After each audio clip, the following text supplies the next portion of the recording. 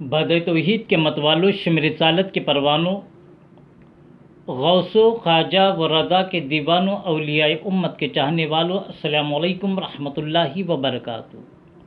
الصلاۃ والسلام علیک یا رسول اللہ،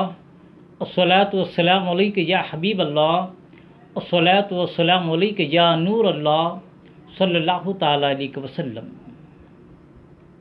میرے پیارے آقا صلی اللہ تعالی وسلم کے پیارے دیوانوں، آج ہماری رمضان المبارکہ کی آخری نشست ہے، یعنی 30ویں نشست ہے۔ میرے پیارے آقا صلی اللہ تعالی وسلم کے پیارے دیوانوں، انشاءاللہ العزیز زندگی نے وفا کی تو آئندہ رمضان المبارکہ میں پھر رمضان المبارکہ کے تعلق سے کچھ فضائل وغیرہ بیان کرنے کی کوشش کروں گا۔ اس کے بعد آئندہ کی نشستوں میں انشاءاللہ العزیز شوال کے مہینے سے دوسری موضوعات پر انشاءاللہ تعالی چھوٹی چھوٹی ویڈیو کلپ بنا کر آپ کی خدمت میں پیش کرتا رہوں۔ لہذا آج کی نشست میں چونکہ ہماری آخری نشست ہے اور عید انشاءاللہ العزیز کل ہوگی انشاءاللہ العزیز، لہذا آج کی نشست میں میں صرف صدقے فطر کے مسائل اور عید کی نماز کے عید کے دن کے مستحبات وغیرہ جو اعمال ہیں وہ، اور عید کی نماز کے مسائل کہاں پڑھنا ہے، کیسے پڑھنا ہے، اس پر مختصر روشنی ڈال کر اپنی بات ختم کروں گا۔ میرے پیارے آقا صلی اللہ تعالی وسلم کے پیارے دیوانوں، ابو داؤد شریف اور نسائی شریف میں حدیث مبارکہ ہے کہ حضرت ابن عباس رضی اللہ تعالیٰ عنہ نے رمضان کے آخر میں لوگوں سے فرمایا کہ تم لوگ اپنے روزوں کا صدقہ ادا کرو، کیونکہ حضور صلی اللہ علیہ وسلم نے اس صدقے کو ہر مسلمان پر مقرر فرمایا ہے، خواہ وہ آزاد ہو یا غلام، مرد ہو یا عورت، چھوٹا ہو یا بڑا، ہر ایک کی طرف سے 1 سا کھجور یا جو یا نصف سا گیہوں، یہ اللہ کے رسول صلی اللہ تعالی وسلم نے حدیث مبارکہ میں ارشاد فرمایا۔ میرے پیارے آقا صلی اللہ علیہ وسلم کے پیارے دیوانوں، صدقے فطر کے مسئلے میں مالک نصاب وہ شخص ہے جو 52.5 تولہ چاندی اور یا 7.5 تولے سونے کا مالک ہو۔ 52.5 تولے چاندی ہو یا 7.5 تولے سونے کا جو مالک ہو، یہ مالک نصاب کہلاتا ہے۔ میرے پیارے آقا علیہ الصلوۃ والسلام کے پیارے دیوانوں، یا ان میں سے کسی ایک کی قیمت کا سامان تجارت یا سامان غیر تجارت کا مالک ہو اور وہ مملوکہ چیزیں حاجت اصلیہ سے زائد ہوں۔ اور ایک دوسری چیز یہ کہ صدقے فطر واجب ہونے کے لیے روزہ رکھنا شرط نہیں۔ اگر کسی عذر مثلا سفر، مرض، بڑھاپے کی وجہ سے یا معاذ اللہ بلا عذر روزہ نہ رکھا، جب بھی صدقے فطر واجب ہے۔ میرے پیارے آقا علیہ الصلوۃ والسلام کے پیارے دیوانوں، اور عید کے دن طلوع فجر کے بعد عیدگاہ جانے سے پہلے صدقہ نکالنا یہ واجب ہے۔ میرے پیارے آقا علیہ الصلوۃ والسلام کے پیارے دیوانوں، تو یہ عید کے دن طلوع فجر کے بعد عیدگاہ جانے سے پہلے صدقہ فطر نکالنا مستحب ہے۔ یہ فتاوی عالمگیری کا حوالہ میں آپ کے سامنے پیش کر رہا ہوں۔ میرے پیارے آقا علیہ الصلوۃ والسلام کے پیارے دیوانوں، تو صدقہ فطر ہمیں عید کی نماز کے دن جلد سے جلد عید کی نماز سے پہلے ادا کر دینا ہے۔ اس کے علاوہ اور 1-2 چیزیں ہیں جو صدقہ فطر کے تعلق سے میں کہنا مناسب سمجھتا ہوں کہ صدقہ فطر کی مقدار یہ ہے کہ گیہوں یا اس کا آٹا یا ستو، آدھا سا کھجور یا منقع یا جو یا اس کا آٹا یا ستو 1 سا گیہوں یا جو دینے سے اس کا آٹا دینا افضل ہے، اور اس سے افضل یہ ہے کہ ان کی قیمت دے دے۔ میرے پیارے آقا علیہ الصلوۃ والسلام کے پیارے دیوانوں، اور عید کے دن صبح صادق طلوع ہوتے ہی صدقہ فطر واجب ہو جاتا ہے۔ یہ صدقہ فطر کے کچھ مسائل تھے، میں نے آپ کے سامنے بیان کرنا مناسب سمجھا۔ اب عید کے دن مستحب اعمال کیا ہیں، کیا کیا کرنا ہے ایک مسلمان کو، تو میرے پیارے آقا علیہ الصلوۃ والسلام کے پیارے دیوانوں، عید کے دن مستحب اعمال میں سے ایک تو یہ ہے کہ حجامت بنوانا، دوسرا ناخن کاٹنا، تیسرا غسل کرنا،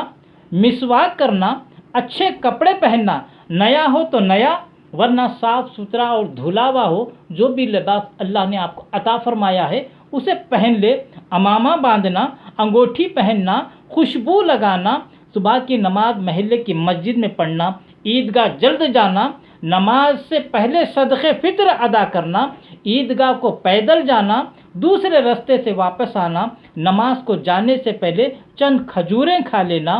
3، 5 یا 7 یا کم و بیش مگر طاق عدد میں ہوں، کھجوریں نہ ہوں تو کچھ میٹھی چیز کھا لے، یہ مستحب اعمال ہیں۔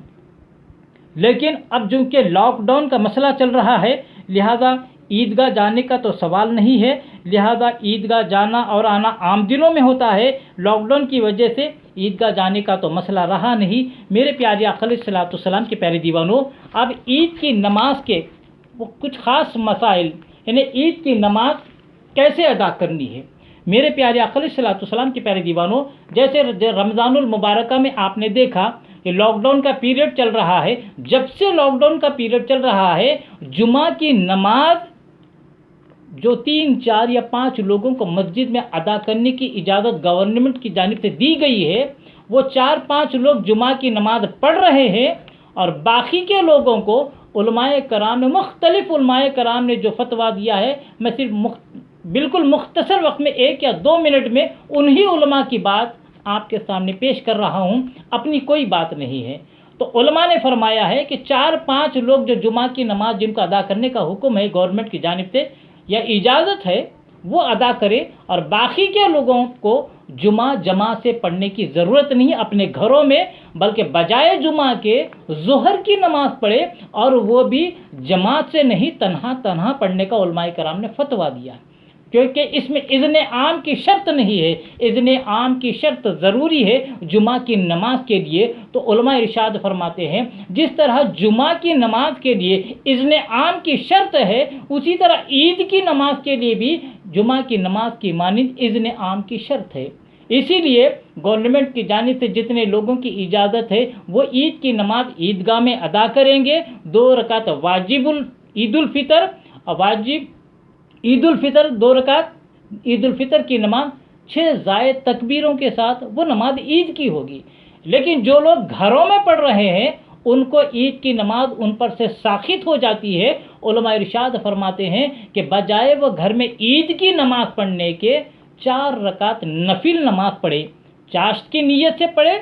یا ایسے ہی 4 رکعت نفل نماز پڑھے۔ گھر میں پڑھتے وقت عید کی نماز کی ترکیب، عید کی نماز کی نیت کرنا ضروری نہیں ہے، کیونکہ عید کی نماز گھر میں نہیں ہے، عید کی نماز کے لیے جماعت شرط ہے، جیسے جمعہ کی نماز۔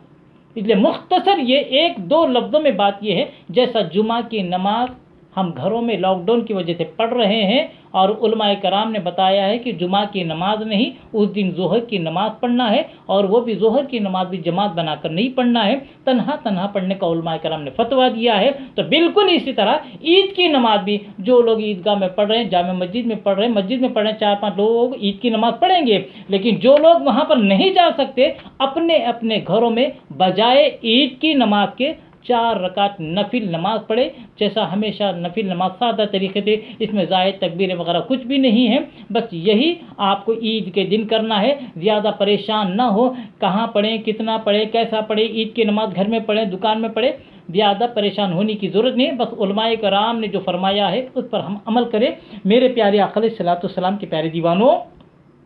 تو میں نے یہ علماء کرام کی جو گزارشات تھیں وہ آپ کے سامنے رکھی، صدقہ فطر کے جو مسائل تھے، عید کے دن کے مستحبات جو تھے، اور عید کی نماز اگر گھر میں پڑھتے ہیں تو نفل پڑھنا ہے، اور مسجد میں پڑھتے ہیں، عیدگاہ میں پڑھتے ہیں تو نماز عید زائد 6 تکبیروں کے ساتھ ہوگی۔ لہٰذا میرے پیارے آقا علیہ الصلوۃ والسلام کے پیارے دیوانوں، عید سادگی سے منائے، چونکہ ہر کوئی ذی شعور آدمی، دانشور آدمی، علماء کرام کہہ رہے ہیں کہ یہ عید بالکل سادگی سے منائے۔ اسلام تو امن پسند مذہب ہے، اسلام سادگی سکھاتا ہے، اور بالخصوص ایک لاک ڈاؤن کے پیریڈ میں ہمیں سادگی سے عید منانا چاہیے۔ کئی غریب غربا ایسے ہیں، آپ اپنے اطراف نظر ڈالیے، پورے ہندوستان میں، پورے عالم اسلام میں کئی مسلمان، مسلم، غیر مسلم، ہر مذہب والا آج کھانے کے لیے پریشان ہے، پینے کے لیے پریشان ہے، رہنے کے لیے چھت نہیں ہے، لوگ سینکڑوں میل کا فصل پیدل طے کر رہے ہیں، ان کو کھانا پانی نہیں ہے، اگر ہم ایسے وقت میں اپنا پیسہ عید کی خوشیوں میں گنوائیں گے، ایک دن نیا کپڑا نہیں پہنے تو کچھ نہیں ہوتا۔ میرے پیارے آقا علیہ الصلوۃ والسلام کے پیارے دیوانوں، لہذا ہم سادگی سے عید منائیں، اور ہو سکا تو وہ پیسہ جو کپڑے لتے کا ہے آپ غریب غربا میں دے دیں، آپ راشن دے دیں، ان کو کچھ بھی ان کی سہولت کے لیے پیسہ دے دیں، اللہ تبارک و تعالیٰ آپ کو اجر عظیم عطا فرمائے گا۔ لیکن ایسی مصیبت میں، پریشانی کے دنوں میں اگر آپ عید بن ٹھن کر گزاریں گے، عید میں خوب خرچہ کریں گے تو یہ فضول خرچی ہوگی، اور یہ وقت کا تقاضا نہیں ہے۔ اپنے پیسے کو بچا کر رکھیے جتنا ہو سکے، اور یا تو غریبوں میں تقسیم کیجیے، غریبوں کی مدد کیجیے، اللہ تبارک و تعالیٰ دونوں جہانوں میں ہمیں اس کی کامیابی کامرانی عطا فرمائے گا۔ میرے پیارے آقا علیہ الصلوۃ والسلام کے پیارے دیوانوں، اسی لیے اللہ تبارک و تعالیٰ کے رسول ارشاد فرماتے ہیں کہ اللہ تبارک و تعالیٰ فرماتا ہے تم زمین والوں پر رحم کرو، آسمان والا تم پر رحم کرے گا۔ لہذا ایسی مصیبت کی گھڑیوں میں ہم غریبوں کی مدد کرتے ہیں، عید سادگی سے مناتے ہیں، تو یہی ایک مسلمان کی نشانی ہے۔ انشاءاللہ زندگی باقی رہی، حالات نارمل ہو گئے، اللہ نے آگے رمضان المبارک عطا فرمایا، تو اس عید میں آپ اچھی خوشیاں منا سکتے ہیں۔ لیکن وقت کا تقاضا یہ ہے آپ جتنا ہو سکے اس سال عید الفطر سادگی سے منائیں۔ اللہ تبارک و تعالیٰ سے دعا کرنے سے قبل میں اپنے تمام سامعین اور ناظرین سے گزارش کرتا ہوں کہ میرے چینل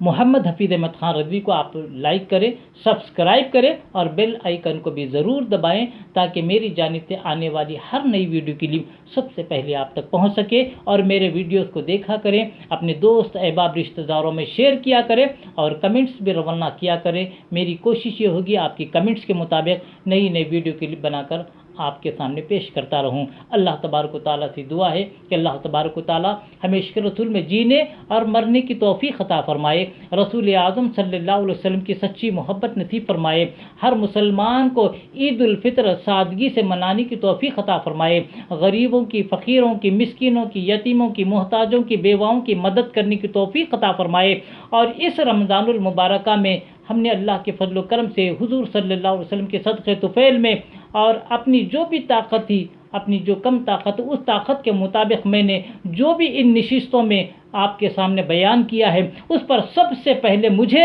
اور اس کے بعد سننے والوں کو عمل کرنے کی توفیق عطا فرمائے، خاتمہ فرمائے تو ایمان پر خاتمہ عطا فرمائے۔ وما علینا الا البلاغ المبین۔ السلام علیکم ورحمۃ اللہ وبرکاتہ۔